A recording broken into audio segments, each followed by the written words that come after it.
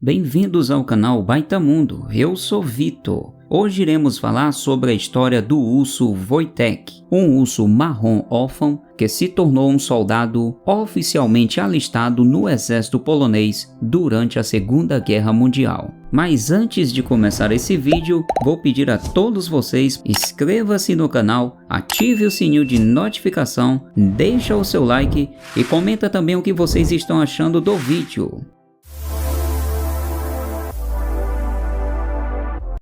A Segunda Guerra Mundial foi responsável por unir as forças armadas dos Estados Unidos e da União Soviética para combater o eixo comandado pela Alemanha nazista. Em um pilotão do exército polonês, no entanto, um combatente comum foi de mascote a cabo ao se provar de grande valia durante a guerra. Estamos falando de um urso que foi batizado de Wojtek pelos soldados. Conheça agora a história do animal que combateu os nazistas. O urso, ainda filhote, se juntou a um pilotão polonês em 1942, quando eles passavam por Ramadã, capital do Irã. O animal, de acordo com os soldados, estava em posse de um menino local, que disse que a mãe do urso havia sido morta por caçadores. O menino então trocou o filhote de urso por comida com os combatentes. E após 3 meses em campo de refugiado, o urso foi doado para o 22º Pilotão da Artilharia da Polônia, onde permaneceria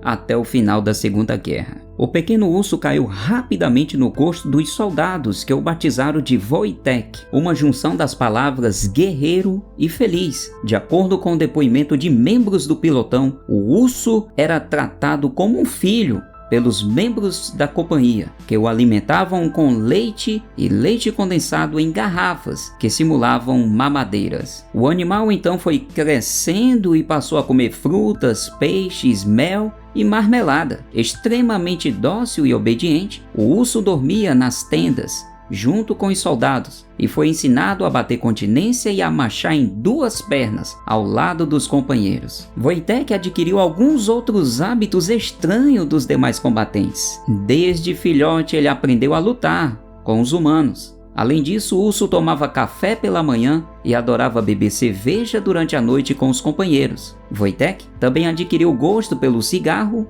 e charutos, mas ao invés de fumar, ele os comia. A principal função dos pilotões de artilharia era levar munições e suprimento para outras companhias. Ao perceber que os amigos descarregavam caixas dos caminhões e as levavam até os campos, Wojtek passou a imitar os humanos e se tornou parte importante da operação do pilotão. De acordo com os soldados que serviram ao lado do urso, o animal era capaz de levantar caixas que precisariam ser levadas por até 4 homens. Durante a Batalha de Monte Cassino, que aconteceu entre janeiro e maio de 1944, Wojtek foi medido e já pesava cerca de 91 quilos. Foi após essa batalha que a insígnia oficial do 22º Pilotão de Artilharia da Polônia passou a ser um desenho de um urso carregando um míssil em homenagem ao trabalho de Wojtek. Após deixar o Monte Cassino, os soldados poloneses foram orientados a se juntar a um pilotão britânico. No entanto, o exército não permitia a presença de animais e mascotes em seus campos. Não dispostos a se desfazer do companheiro,